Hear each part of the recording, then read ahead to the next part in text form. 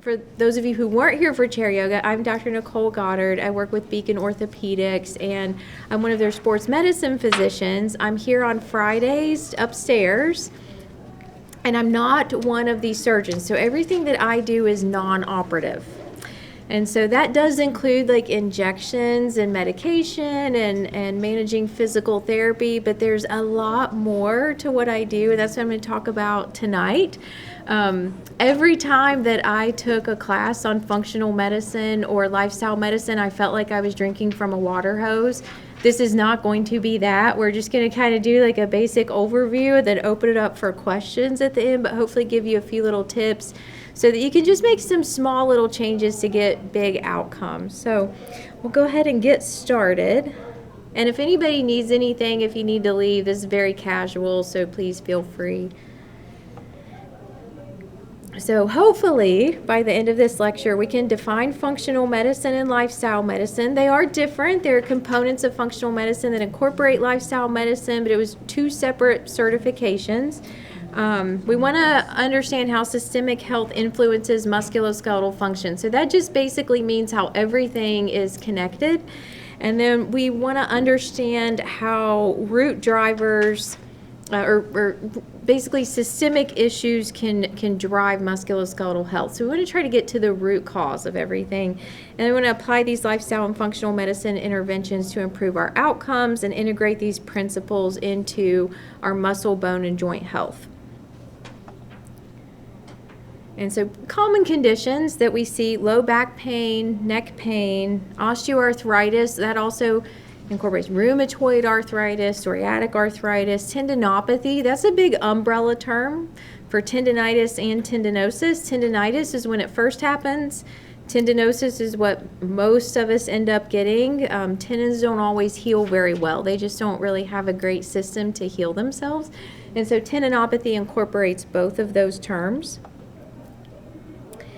And usually conventional care will focus on symptom management and imaging findings. So you might find you go with a symptom, you get a diagnosis, here's what the images show, and we treat it with medications, injection surgery. There's always a place for those, but we want to kind of dig into what more can we do. There's a little bit of a gap there usually. And so a functional medicine is an evidence-based systems biology approach, focuses on really the root cause of disease. So how did we get here? What started this process? And we really like to individualize the care.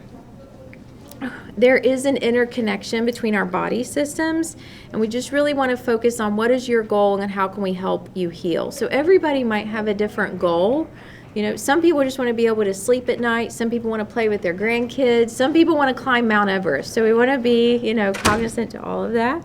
And the core principle is, why is this happening, as opposed to just how can we manage the symptoms? And we really want to try to get to a point where we don't need to manage the symptoms anymore, because the symptoms are more of a signal.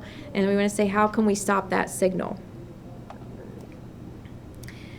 And so in functional medicine, the start is on antecedents, which is really the things we have no control over. So our genetics, our early life exposure, type of home did we grow up around, were we, right down the street. I grew up in southern West Virginia, so we were on top of a coal mine. Were we down the street from, a power plant? What might have affected us? Things that we can't even change. The trigger is usually what started the disease process. So a common question might be, when was the last time you felt well? And so you might hear, if you work with a functional medicine provider, when was the last time you felt well? I felt well until I had the car accident, or I felt well until I hurt my knee playing basketball, and then some things started to happen. I felt well until I had pneumonia or the flu. We see that quite a bit as well. The mediators are things that continue to happen. So see this a lot in certain types of job exposures where, for example, people who work at a golf course, they are exposed to pesticides. So I didn't feel well when this happened, but now I've continued not to feel well, is an example. And this is an example of kind of our organ systems tree. And so it just shows all the different organ systems. And then we take all of that to develop our clinical findings. And then you'll see down there under the fundamental organizing systems, those are our different nodes. So in functional medicine, we take these different nodes. Assimilation is a big one that incorporates our gut health. A lot of what we deal with in musculoskeletal medicine is structural integrity, and so it's how are our muscles, tendons, and bones and joints working together.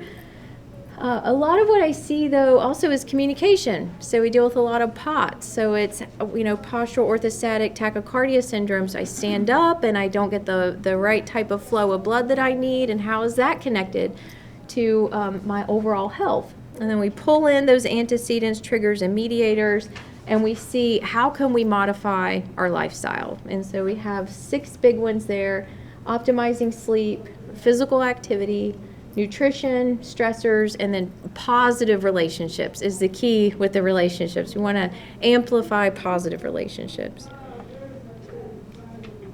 So we're going to shift just a second to talk on that note about lifestyle medicine. So functional medicine incorporates lifestyle medicine, but if you're talking to someone, lifestyle medicine is a different certification. So your primary care physician might be certified in lifestyle medicine. There's a lot of wonderful primary cares around town that I'm friends with who are certified in lifestyle, and they focus on those 6 core pillars of the nutrition, the physical activity, the sleep, the stress management, the social connection, but then they add in avoidance of harmful substances. So we think about the things like, smoking or alcohol, but for some people that might be sugar. That could be a harmful substance for some people.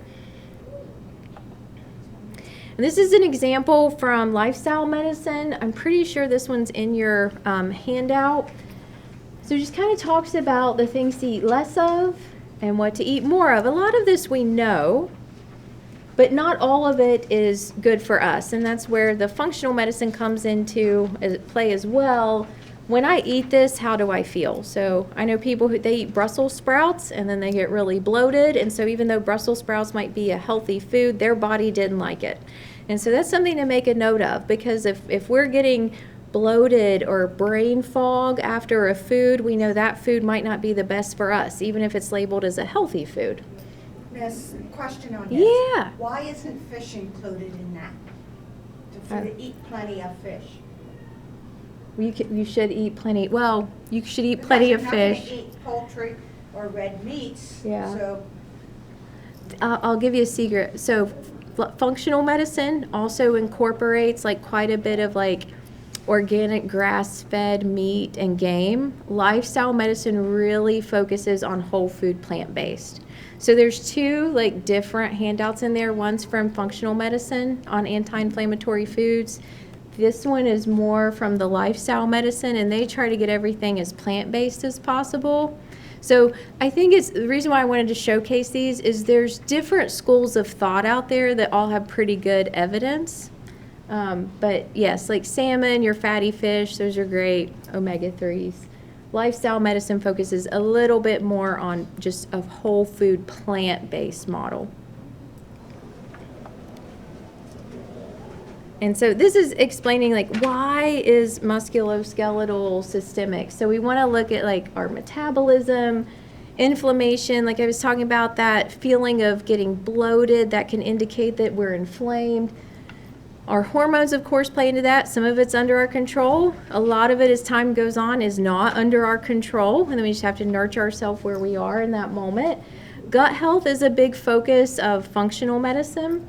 Our nutrient status, our nervous system regulation, that's key. I'll talk a little bit more about that. That's why yoga is really good, and the mindful breathing. And then a few examples are chronic inflammation can lead to our joint degeneration. So it's commonly called arthritis. Then we have insulin resistance. We can get impaired tendon healing. And then if we don't have good sleep, then we get increased pain sensitivity. Also, the musculoskeletal system tends to heal at night while we're sleeping. So this kind of talks about that different types of drivers. And then here's where we really get into that chronic low-grade inflammation contributing to the cartilage breakdown, again, commonly called osteoarthritis, the tendon degeneration that we call tendinopathy, and then that delayed tissue repair. So you might find, well, at 20, I feel like I had this injury. feel like I healed really well. And now at 60, I feel like it's taking me a lot longer to heal. A few of these things that can drive that is when we have ultra-processed diets, when we have a sedentary lifestyle, or when we just don't have the right type of regulation in our guts. We call that gut dysbiosis. And then again, that is more over here from the functional medicine, the inflammatory foods, to avoid a lot of crossover with the lifestyle medicine. And then everything's interconnected. Again, so I'm really emphasizing this, that our systems are interconnected. So if we're not sleeping well, we're not going to heal well. If we don't give our body the building blocks to heal, then it doesn't have that underlying foundation. And so basically we want to focus on more whole foods, healthy fats, fiber-rich plants, and high-quality protein. That's what you're talking about when we're saying, like, you can definitely get a lot of protein from a whole food plant-based diet. Some people, if they say, well, what are the best types of proteins to eat? The ones that work best for your body, and that's where you're kind of jotting down, like, what am I feeling when I eat these different foods? And then our key nutrients, we want to focus on those omega-3 fatty acids, our vitamin D, magnesium, and then our amino acids. I have a question. Yeah. So how much protein should most people? That's a good question. What they're saying right now, usually to maintain 0.8 grams per kilogram. So you have to take your body weight, convert it into kilograms, and then 0.8, that's the minimum. However, if you are on certain medicines, like I just wanted to tell you, that's a theater class. We can't control how. that's okay. That's fine. That's good.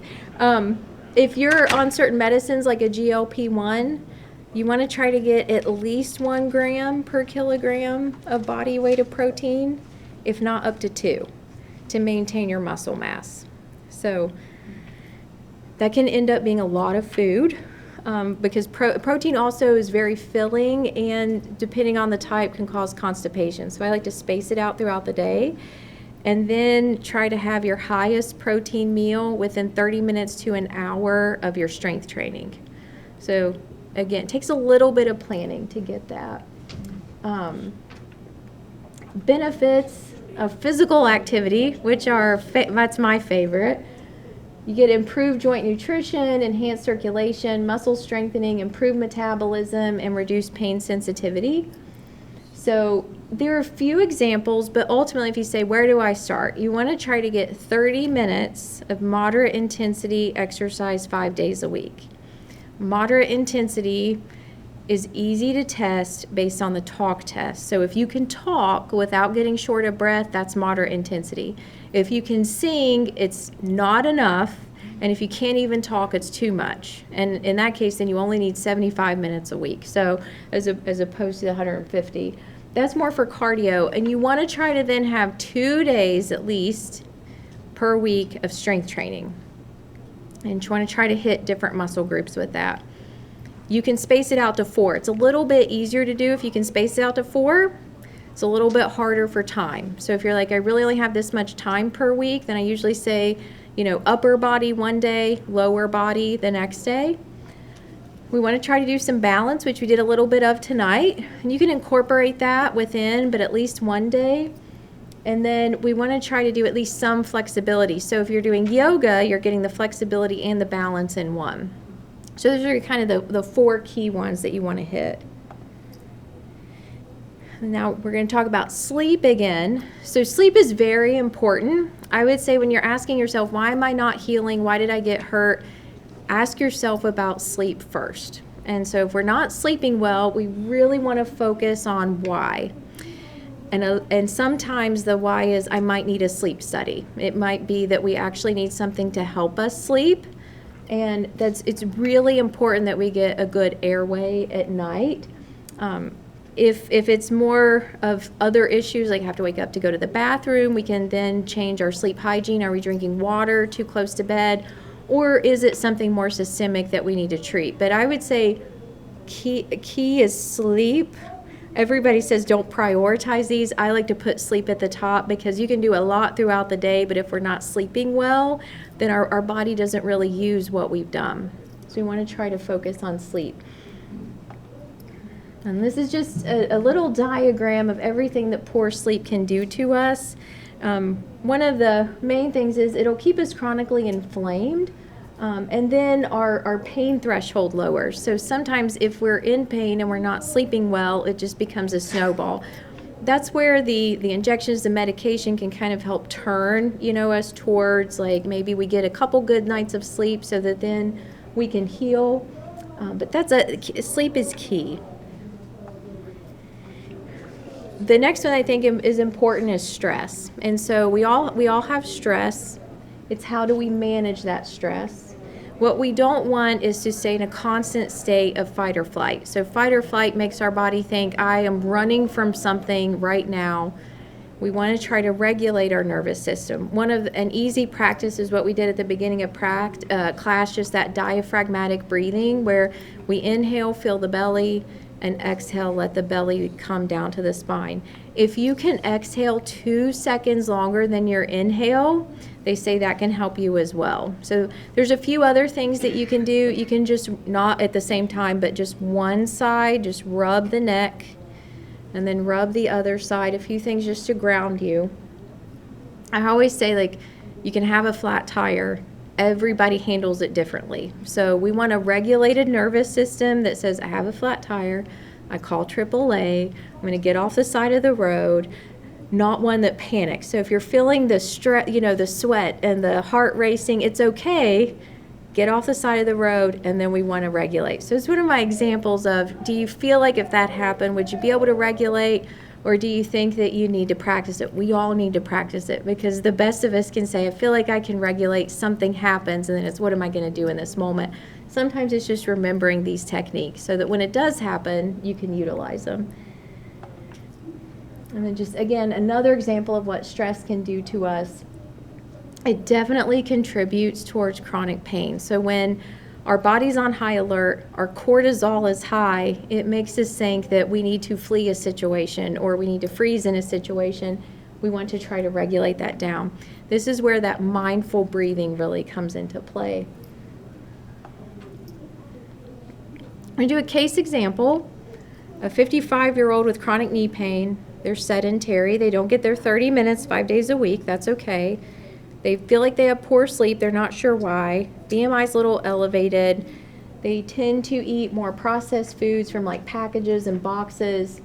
How are we going to intervene? So this is explaining, like, how do we actually implement these interventions? We're going to start with a few nutrition changes, the resistance training. We're going to try to optimize their sleep. And so when you start working with like a functional medicine provider, lifestyle physician, they might ask you a few basic questions and try to identify those systemic drivers. So if they have them available, they will coordinate with a nutritionist or a dietitian, maybe a health coach, and then we'll try to prescribe the interventions. So we'll take that nutrition, sleep, stress, physical activity history, and then a key component too is those environmental exposures, because if we continuously have mediators, we're going to keep having symptoms. And then you might know some typical things like biomarkers. So am I getting labs? Am I going to get like a height, weight? All of those fall underneath our biomarkers. This is an example specifically from functional medicine. This is the functional medicine matrix, and you'll see those 6 nodes there, or 7 nodes, and then how we link it all together through our mental, emotional, spiritual, and then our modifiable lifestyle factors. This is an example of it filled out. So we really want to try to take like a very good history, get as much information as possible. And this is what helps us develop a patient-specific plan. It seems a little overwhelming. This was the fire hose I was talking about. You don't have to fill one out today. Just kind of want you to have an idea of like everything that it takes to really get a good plan going. And so then a little bit about gut health, because functional medicine is linked quite a bit to gut health. Research does link it to inflammatory arthritis, autoimmune disease, chronic pain. We think it just keeps your immune system activated. You have your skin, you have your lungs, and then you have your gut. Those are really your 3 defenses. We think a lot about our skin. You know, if we have a cut, we're like, oh, we don't want to get an infection. If we're around somebody who's sick, we don't want to inhale when they sneeze, but then we don't really think too much about our gut. And so we want to remember that because it's a key driver of our immune system. And so I just wanted to throw up an example of just a start to like gut regulation. It's the 5R framework. We want to remove, replace, reinoculate, repair, and rebalance. So a lot of times we'll do that in order other than the 5th one. The 5th one, the rebalance, we can do all the time. And that's where like yoga comes into play. So yoga is a great rebalance exercise. But when we start with the remove, put up there first, remove the stressors. So if we have any stressors that we can remove, we can't remove all of them. We want to try to remove those first. And then we want to look at our food sensitivities. Like I was talking about earlier, if you know every time you eat something you do not feel well, you feel like you need to take a nap, you have brain fog, we probably have a sensitivity. You might not have an allergy, but you can still have a sensitivity. Other things like bacteria and yeast, there's people who have H. pylori, it's not diagnosed, you know, so we want to treat anything that could be actually attacking our gut microbiome. A lot of times we will use the elimination diet or like the phytonutrient spectrum from that. And I gave an example of the phytonutrient spectrum in that packet. Medications are also important there if we do have, like, for example, H. pylori, like a true infection. Second, we try to replace. So once we remove, we replace. And it depends on what you have, and that's where that clinical history comes in. So some people need digestive enzymes. If their pancreas isn't functioning well, they might need those digestive enzymes to help their body break down food. Other people might need hydrochloric acid. So if you're somebody who eats and then almost immediately you start belching or you feel like I'm already full, that's a time where you might need hydrochloric acid. We have to have those proper enzymes for digestion. If we don't have those and our body can't process what we're trying to give it for fuel, I would say food is fuel. It needs to be antibiotic-rich foods. I put some examples up here, like fermented foods. You want to think like yogurt, miso, tempeh are very good sources of probiotics. And then within that, you also want to think about prebiotics. So essentially, prebiotics feed the probiotics. And those are like garlic, artichokes, leeks, onions, tofu, any soy products, and then your grains. So grains are a great source of prebiotics. And then we want to repair. So repairing involves like the lining of the gut. We want to supply those nutrients. That's where we'll get into like the omega-3 fish oils, our amino acids, glutamine. You might notice is a really popular supplement out there to help repair. And then again, that final one is that rebalance. But you can use the rebalance throughout the whole process. So that's not something you have to wait until the end for. Sometimes mindful breathing, guided imagery, we did a little bit of that. You can say, I'm good. Other times we might need more like cognitive behavioral feedback therapy or talk therapy, and that's where we pull in like a psychologist, a mental health provider to help us. And this is just an example of that phytonutrient spectrum. So within that phytonutrient spectrum, we say eat the rainbow. And we want you to try to look back at your week and say, did I eat something from each group throughout the week? Preferably every day, like 5 to 6 servings of fruits and vegetables. But by the end of the week, do I think I've eaten something from every group? We tend to kind of stay in the brown and the white. So for example, if you have a red apple, you have to look at what's inside. That would technically sometimes count as white, not necessarily red.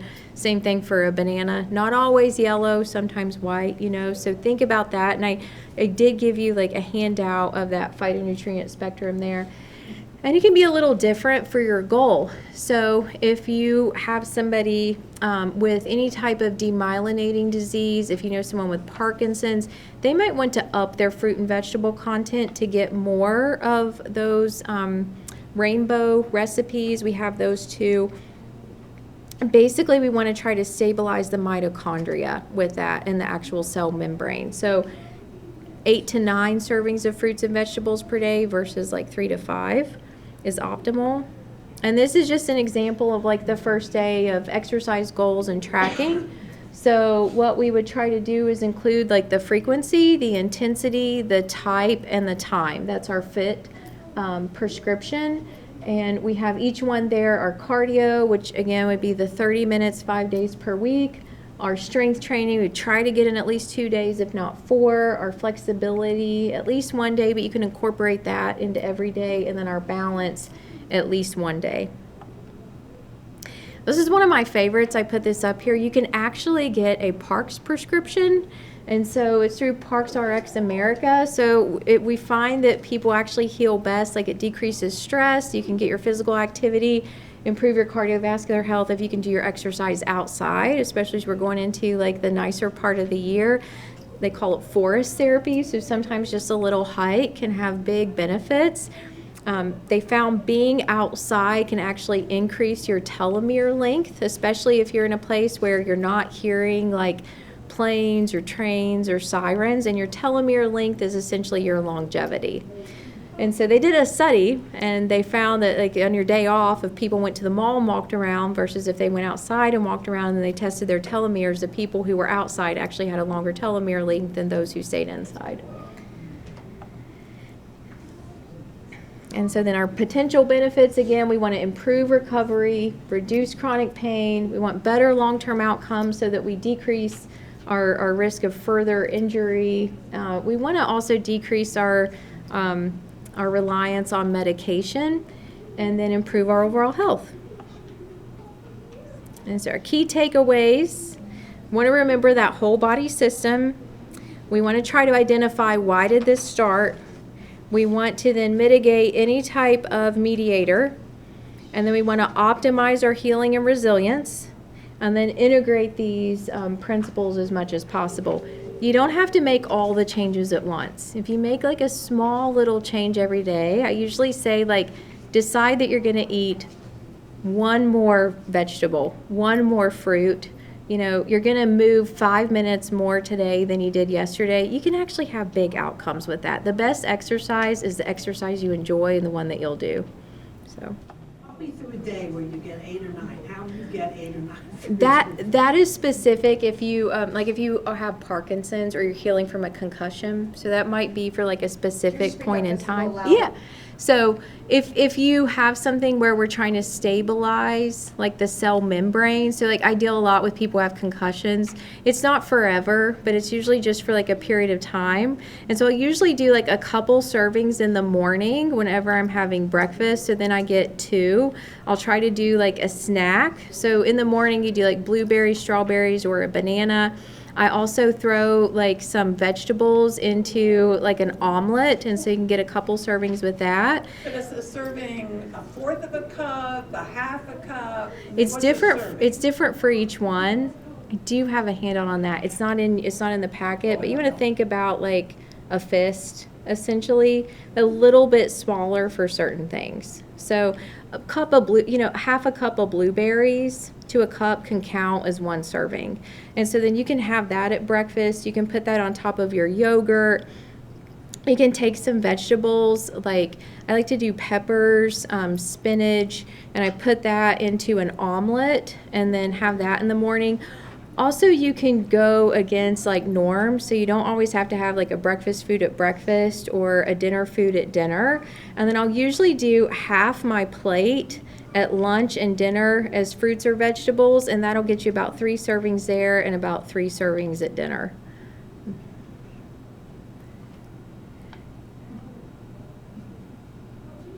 So I have a question about sleep. Yes. Because I struggle with that, but I notice that more post-menopause, Yes. right? Mhm. So I can't if I fall asleep, maybe it's asleep for an hour and a half or 2 hours and I'm awake. And I Yes. can't get back to sleep. So Yeah. I'm like, I mean, I'm not, and then somebody said something, well, eat sunflower seeds or pumpkin seeds, and maybe that'll help you sleep, or what if those sleepy time teas, or, Yeah. That's where I would say it can be individualized for each person. It definitely can get worse after menopause. You have to look at like what maybe can we change leading up to it. There's not always like one perfect seed or nut or supplement. And that's why I didn't get to it too much, because that's what supplements are. They supplement our lifestyle. But sometimes we have to see, like, are we waking up because of a hot flash? Will black cohosh maybe help us? We want to keep the room cold. We don't want any fluorescent lights close to bedtime. We can be a lot more sensitive to like screens. So I even hesitated. I was like, I'm doing this at 7 o'clock at night. We just had a time change. You know, when you go home, you definitely want those duller lights. We should be waking with the sun, going to sleep with the sun. That's not really the time of culture now. We're not on the same time frame as we have been. Sometimes we're forced to stay up later and look at screens. But I would say look at screens, look at your lights, look at any stressors ahead of time.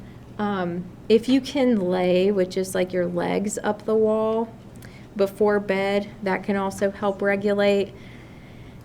Definitely no, I said, but no screens, like at least within an hour, if not 2. And then you want to try to keep the same bedtime and wake time even into the weekend. And if there is a discrepancy, you want to try to make it no more than half an hour. How about melatonin? It helps. It doesn't cure. It's really best if you are traveling across time zones. So it works best if you're going like over a couple time zones to try to regulate you. Really, we say like, let's try to get down to as to why you're having the sleep issue, but the hormones do play into it quite a bit. So we want to try to give hormone support there if we can. Yeah.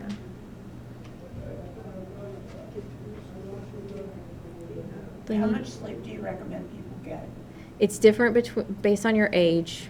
Most adults, at least 7 good hours. They've actually found that over 9 can be harmful. So you want to be cognizant of that. There's kind of that like teenager when they're very young, like babies. And then that teenager where 9 to 10 might not be unreasonable. We feel like they're sleeping a lot, but their bodies are changing. But then once we are who we are going to be, especially into adulthood, around 7 is usually good. If you're going to take a nap, they say 17 minutes is key. Between 10 and 17 minutes, and not after 2 o'clock. So that's something too. If you find that you're getting tired, you want to try to like push through, stay up, and then keep that bedtime. What you don't want is to wake up during your REM sleep. That's when you start to feel groggy. Yes. When it comes to tea, I noticed on your list you only have black tea and white tea. Is there something wrong with herbal teas, or is it just Nothing's the wrong with benefits them. not there? No, green teas have great benefits, especially eicosanoids. They regulate aromatase. There's probably like 500 handouts between functional medicine and lifestyle medicine. I just picked a few key ones so that you all could have like a basis. I've read recently that the herbal tea is the only thing that doesn't have caffeine. Your green tea is like decaffeinated coffee. Yeah. And the black tea is your same as drinking coffee. Yeah, black tea, green tea, those all have caffeine in them. But for women, if you don't care about caffeine, green tea can be really helpful in helping kind of mitigate female type cancers. So especially like 1 cup a day, if not 3. If you can stand it. But some people can't tolerate green tea, but I would say green tea is really good for the eicosanoid benefit. Yeah. For those of us who are solving all the problems in the world, like 2-4 in the morning.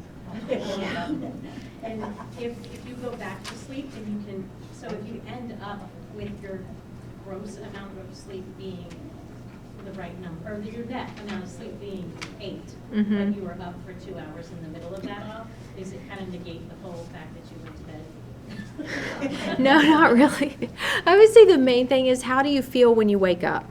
So when you finally wake up and you say, I'm ready to start my day, if you feel refreshed, then it was restful sleep. If you sleep for 4 hours, you wake up for an hour or two, you sleep for maybe 6 or 7 more, and you still wake up groggy, then we need to look and say, why are you waking up in the middle of the night? A lot of times that's a cortisol spike. And so then we say, like, why are you spiking your cortisol here, where it maybe should be a couple hours later, so that you're waking up more around like 5, 6, or 7 as opposed to like 2 or 3. Anywhere between 2 and 4, like you said, seems to be the key, especially like 3 o'clock. And we'll sometimes start to see that in like perimenopause. So it's like, why did I all of a sudden start to wake up around between 2 and 4? And we think that can be changes in progesterone and estrogen, but particularly progesterone. You might notice that too. In perimenopause, that like those last 2 weeks of your cycle you wake up, but the first 2 you didn't. And so it's something to keep track of, because then that's where hormone support might help, but then also that rebalance component of like, why are we having the cortisol issues? A pretty safe supplement to help cortisol, again, supplement to changing like other factors, is ashwagandha, because it can help whether you're low or high. If you find that you're low, usually we'll add in licorice root, so that's something too. But if you aren't sure and you add that in, that you might find that you're really wired. So wired and tired would be like high cortisol but not very good sleep. And then if you're always feeling drained, low cortisol. And you can get adrenal fatigue from just chronic stress. That can happen too.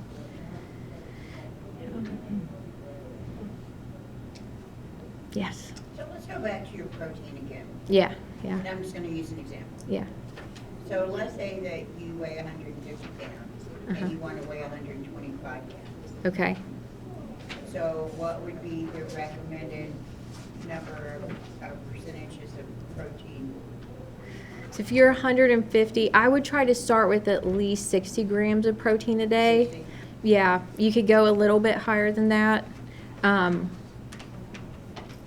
The protein isn't exactly what's going to help with that. Essentially, if you want to lose weight, you need to be in like a 500 calorie deficit a day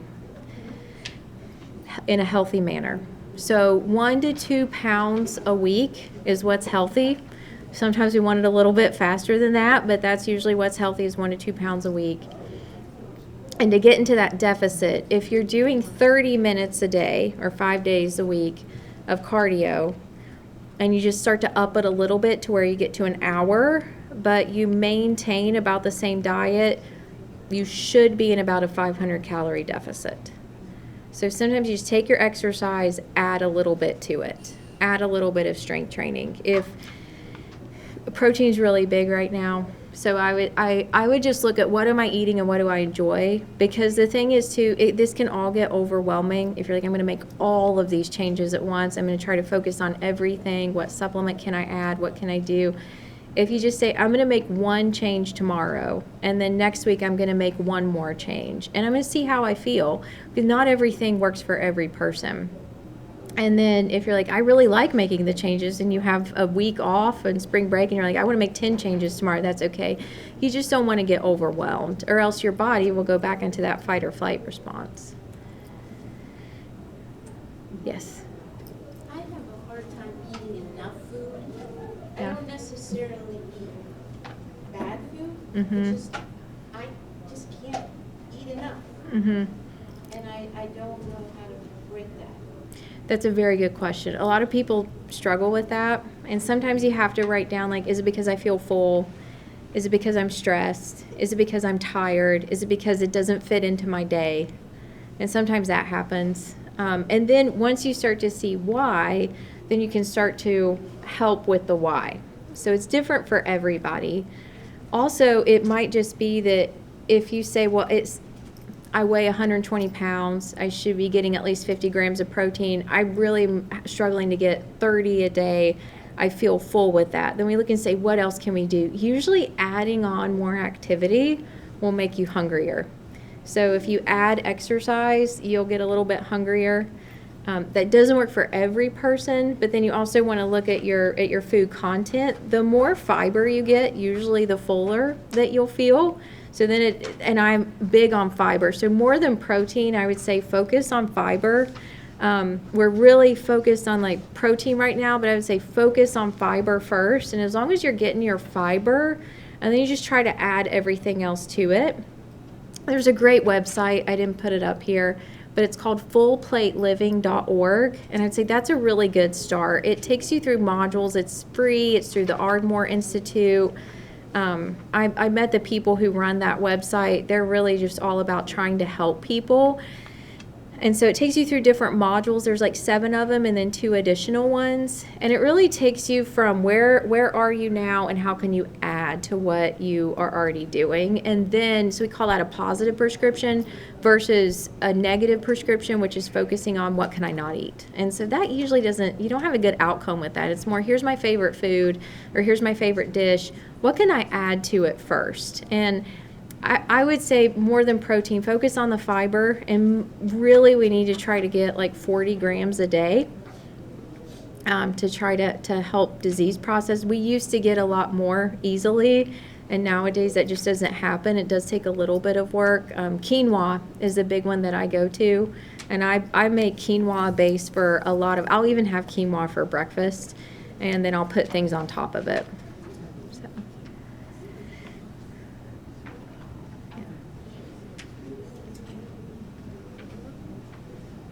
What was that name of that last website? Fullplateliving.org, yeah. Mm-hmm. Yeah. Like what? Fullplateliving.org.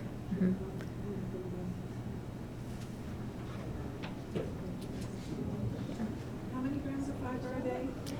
Try for 40. Some's better than none. 40 can be a lot. Yeah, go ahead. I do a lot of cooking Uh-huh. from scratch. Yeah. And the main dish usually has onion and garlic. So that onion and garlic I put in there would count as one of my vegetables a day. It can, Vegetable yes, healthy. yeah, and those are great prebiotics. That's where, like, when you give a general talk, it's hard, but people who have IBS, like if you have irritable bowel syndrome, onion and garlic might not be the best for you. So that's where it's important to kind of journal, like, when I eat apples, onions, garlics, how do I feel? If you don't feel great, that's okay, but yes, that can count as vegetables. There's actually a low FODMAP diet for people with IBS, which kind of eliminates some of those for a little bit, and then you try to add it back in. That's a variation of that 5R program. Yeah, go ahead. Do you think you need to eliminate red meat from your diet entirely, or is it okay to eat red meat once a week, once a month, but it should be very lean? There's a lot of information out there about that now that just came out. So it depends on what type of red meat. They technically just made processed red meat a stage 1 carcinogen for colon cancer. So that is something to be aware of. And those are all like easily accessible online.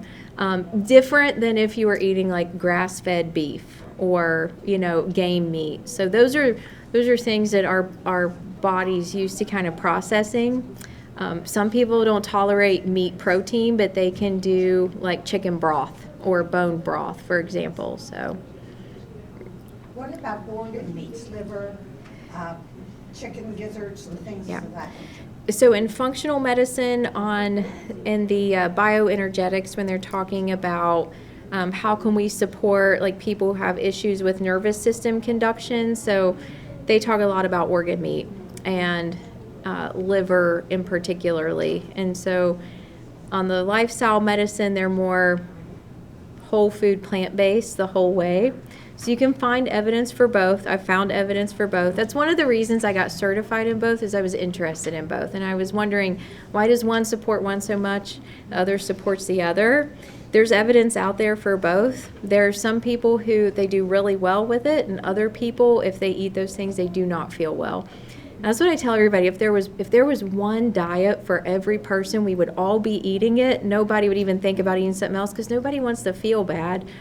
Sometimes it's just figuring out like what works best for me in the stage of life that I'm in, because you can definitely live differently at 15 than you can at 35 than you can at 65. You just want to nourish your body where you're at that time. Going back to the organ meats. Yeah. What about the cholesterol issue that has sometimes been associated with that and also with shrimp? In lifestyle medicine, they will say like all of your cholesterol, as far as like what you're testing for, comes from animal proteins. And so the thought is if you eat more of a whole food plant-based diet, that you will have low cholesterol. You have to remember there are things that factor into that: cheese, eggs, that counts as animal products. You do need some cholesterol so that you can build your hormones. Like you want to build progesterone and estrogen, healthy. But do keep in mind that that's kind of where that comes into is if there's an overconsumption of animal product, you might see your cholesterol start to go up. What is processed red meat? What do you mean by that? So you want to think like lunch meats, sausages. Lunch meat, Yeah. okay. Basically, if Hot dog.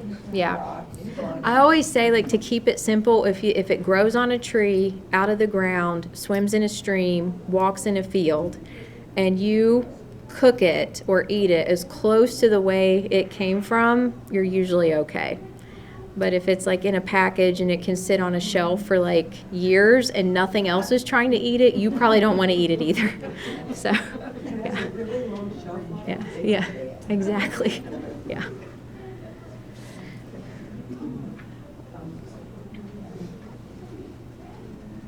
Anybody else?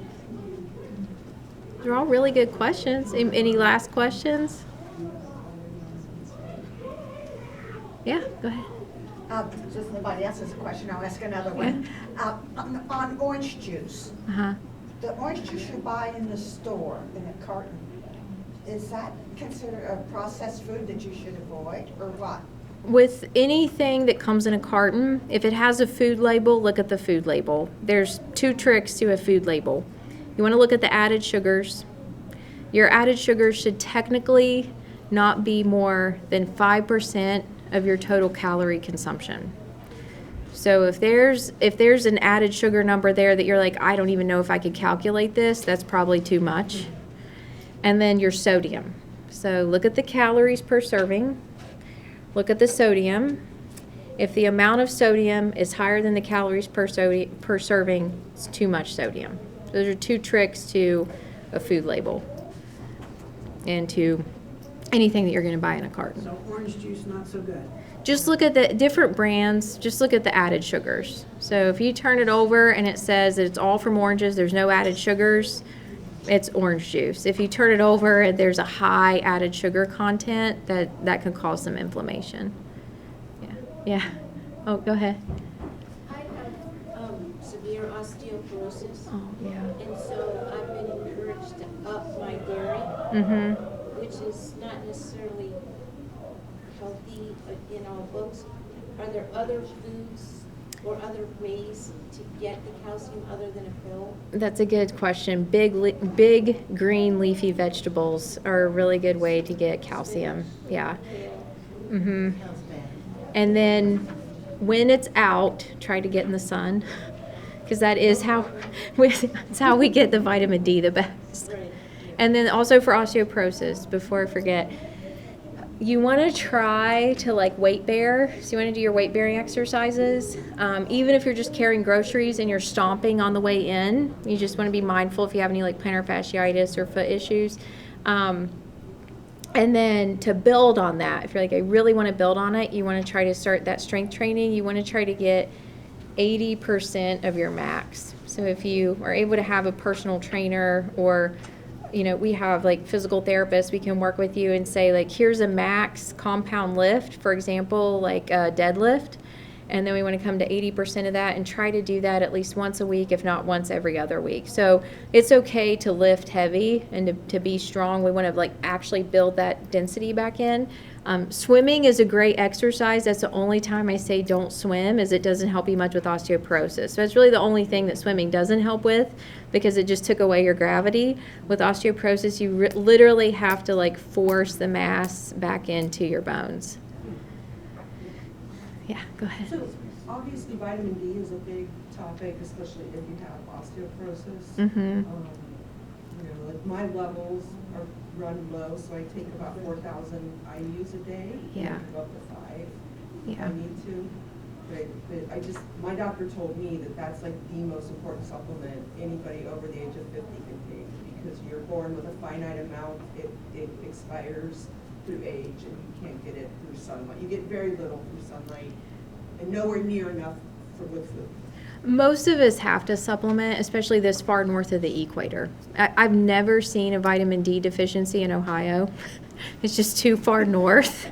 But you can. I've seen it happen, but it was farther south. So I would say I would still try to eat the foods, try to get out in the sun. The main thing with the vitamin D is you want to try to get a supplement that has K2. That just helps the absorption. Yeah. So vitamin D3 with calcium and K2 usually has good bioavailability. I like the liquid forms the best. Okay. Especially if you have any gut issues, if you're taking it as a pill, yeah. Then the other thing to look for there too is vitamin B12. So over 65, we want to think about if your doctor hasn't tested vitamin B12, you might say I might want my B12 tested, especially if you have numbness or tingling in your feet or your fingers, and you don't really know why. Nobody's ever been able to tell you. That's a good one to test. It just tends to run low, and then without that, it can affect certain cells in our stomach that then affect our absorption of everything, which ties back in. So it could get really interconnected. So sometimes it's like I used to feel this way earlier in life, and now I feel this way. If that has changed, it can affect your absorption of your nutrients. Yeah, that's good. Okay, so you talk with friends and everybody's trying, I understand as far as individualizing everything. Yeah. I think that's what it comes down to now, right? Yeah. But then you hear people say, well, I'm going to eat reduced fat cheese and no sugar products. And I'm kind of of the belief, like, eat the regular cheese, but just don't eat as much, right? And what are your thoughts on that that's a whole other issue. Yeah. But So if like big picture, I would say focus on the fiber and try to get it as real as possible. So if you went back to people who had a farm or a homestead, they would have real cheese. But then they also don't like go out to eat and get like a processed cheese later that night. So there's a little bit of a balance there. So we also consume quite a bit more sugar, not always on purpose, but by accident than what we used to. It's increased several folds. And so that's something to think about. So also throughout the day, like some people say, does that mean I can't have cake at a wedding? Well, that affects the stress component, and so it's like you got to enjoy a little bit, But if you notice, like, well, after I eat that, I really feel bad, then you just kind of monitor it next time. Yeah. Yeah.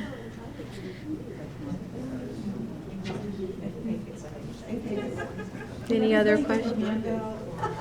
Thank you all for coming. Yeah, thank you.